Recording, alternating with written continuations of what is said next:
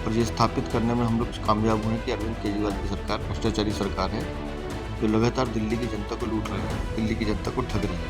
Free बिजली या free पानी की बात करने वाले अरविंद केजरीवाल ने दिल्ली की जनता को झांसा दिया है। मेरे लिए मतलब एक तरह से ये बहुत बड़ी आश्चर्यजनक चीज़ थी, क्योंकि कभी सोचा नहीं था कि मैं दिल्ली प्रदेश का अध्यक्ष के रूप में मुझे काम दिया जाएगा। इस वक्त हमारे साथ मौजूद हैं बातचीत करने के लिए दिल्ली बीजेपी प्रदेश अध्यक्ष वीरेंद्र सचदेवा।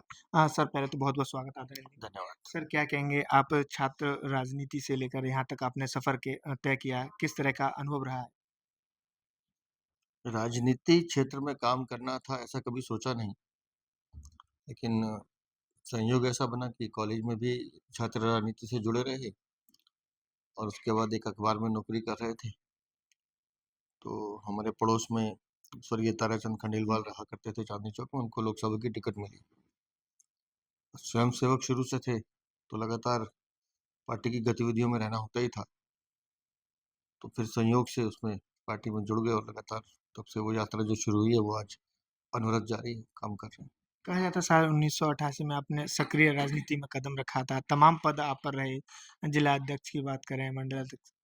89 में मैं पहली बार एक मंडल में मंत्री बना था, समिति का अध्यक्ष भी था मैं, और उस समिति अध्यक्ष से चलते चलते मंडल महामंत्री, फिर जिला महामंत्री, जिला अध्यक्ष, फिर प्रदेश मंत्री, प्रदेश उपाध्यक्ष से अब प्रदेश अध्यक्ष का दायित्व है।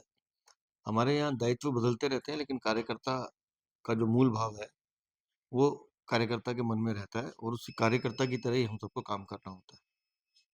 सर, आपको साल 2022 में बीजेपी का पहले कार्यकारी अध्यक्ष बनाया गया था, फिर आप यहाँ प्रदेश अध्यक्ष बनाए गए उसके बाद। मेरे लिए मतलब एक तरह से ये बहुत बड़ी आश्चर्यजनक चीज़ थी, क्योंकि कभी सोचा नहीं था कि मैं दिल्ली प्रदेश का अध्यक्ष के रूप में मुझे काम दिया जाएगा। लेकिन निस्संदेह पार्टी ने और शीर्ष नेतृत्व ने मुझ पर भरोसा जताया है। तो मेरा काम है कि मैं पार्टी के उस भरोसे को कायम रखूं और अपने इस दायित्व का निर्वाह अच्छे से करूं। साल 2012 से 14 तक सर आप प्रशिक्षण विंग के अध्यक्ष भी रहे थे, तमाम कार्यकर्ताओं को भी आपने प्रशिक्षित किया था। जी हाँ, मैं ट्रेनिंग विभाग का दिल्ली का प्रमुख रहा, फिर केंद्र की टीम में भी रहा ट्रेनिंग विभाग में, और उसमें मुझे बहुत कुछ सीखने को मिला। पार्टी की रीति नीति, पार्टी का पूरा विचार, और नीचे तक हमने हर मंडल में प्रवास किया, एक एक दिन के अभ्यास वर्ग भी लगाए। निस्संदेह वो कार्यकाल मेरे जीवन में बहुत सीखने का था, और उससे बहुत लाभ भी मिला। आपके नेतृत्व में बीजेपी ने दिल्ली में सातों सीटों पर ऐतिहासिक जीत दर्ज की है। आगे की क्या रणनीति है, क्योंकि अब विधानसभा चुनाव भी सर आने वाले। देखिए, दिल्ली की सातों सीटें हम माननीय प्रधानमंत्री जी के नेतृत्व में जीते हैं, माननीय राष्ट्रीय अध्यक्ष जी के नेतृत्व में जीते हैं, और उन्हीं के काम पर, उन्हीं के नाम पर दिल्ली में भारतीय जनता पार्टी को आशीर्वाद मिला है। निस्संदेह अब दिल्ली विधानसभा का चुनाव हमारे लिए एक चुनौती है, और लगातार सातों सीटें जीतने के बाद तीसरी बार, और जिस तरह से हमने दिल्ली में अरविंद केजरीवाल की सरकार का भ्रष्टाचार खोला है, और ये स्थापित करने में हम लोग कामयाब हुए हैं कि अरविंद केजरीवाल की सरकार भ्रष्टाचारी सरकार है, जो लगातार दिल्ली की जनता को लूट रही है, दिल्ली की जनता को ठग रही है। और दिल्ली में पिछले 15 साल कांग्रेस का शासन, फिर 10 साल अरविंद केजरीवाल का शासन, ये भ्रष्टाचारी शासन था, जिसने पूरी दिल्ली को, दिल्ली के विकास को एक तरह से बाधित करने का काम किया है। तो मुझे लगता है दिल्ली की जनता भी मन बना चुकी है कि अब अरविंद केजरीवाल से निजात लेंगे और भारतीय जनता पार्टी का मुख्यमंत्री बने, डबल इंजन की सरकार बने, केंद्र में नरेंद्र मोदी जी के नेतृत्व में, और दिल्ली में भारतीय जनता पार्टी का कार्यकर्ता मुख्यमंत्री हो। तो दोनों मिलकर जब काम करेंगे तो एक अच्छी और बेहतर दिल्ली बनाने का काम हम कर सकते हैं। लगातार आप हर मोर्चे पर आगे देखे जाते हैं। जब प्रोटेस्ट होता है तो तमाम युवाओं के लिए आप प्रोटेस्ट में जो कार्यकर्ता हैं, हर मोर्चे पर आगे रहते हैं सर।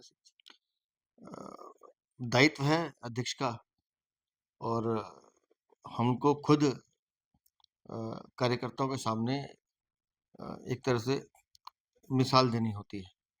तो अगर हम खुद उन चीज़ों से बचेंगे, या अवरोधों से बचेंगे, या पुलिस की रोकने से बचेंगे, तो फिर हम कार्यकर्ताओं में उत्साह नहीं भर सकते। तो निज पे शासन फिर अनुशासन, अगर मैं अच्छा करूंगा तो मेरे कार्यकर्ता भी अच्छा करेंगे, इस सोच के साथ हम लोग काम करते हैं। आज भी बीजेपी ने 14 जगहों पर प्रदर्शन किया, आप भी कई जगहों पर गए, तो क्योंकि बिजली के दाम बढ़ गए हैं, एक तरफ अरविंद केजरीवाल सरकार फ्री बिजली, फ्री पानी का बात। फ्री बिजली या फ्री पानी की बात करने वाले अरविंद केजरीवाल ने दिल्ली की जनता को झांसा दिया है, और अब जो बिजली के दाम है, ये एक साजिश के तहत बढ़ाए गए हैं। पीपीएससी के नाम पे दिल्ली को ठगा जा रहा है, चार्जेस के नाम पे, पेंशन चार्जेस के नाम पे दिल्ली को लूटा जा रहा है। और ये वो पैसा है जिसकी ज़रूरत नहीं है, लेकिन दिल्ली की आम आदमी पार्टी की सरकार और बिजली कंपनियाँ साठ-गाँठ करके ईमानदार जो उपभोक्ता है, जो बिल पे कर रहा है, उसकी जेब पर डाका डाल रहा है, जिसका विरोध हम कर रहे हैं और निस्संदेह इन चार्जेस को हम वापस करा के छोड़ेंगे। तिहाड़ जेल प्रशासन पर तमाम आरोप आतिशी ने लगाए थे और कहा था कि अरविंद केजरीवाल का वज़न घट गया है। सर, इसे कैसे देखते हैं आप? लगातार वो अरविंद अरविंद केजरीवाल का राजनीतिक वजन कम हुआ है। जब अरविंद केजरीवाल की पेशी कोर्ट में होनी होती है, उससे 1-2 दिन पहले पूरी आम आदमी पार्टी का इकोसिस्टम अनेक-अनेक तरह की भ्रांतियाँ फैलाने का काम करता है। कभी उनके स्वास्थ्य को लेके, कभी जाँच एजेंसी के काम को लेके।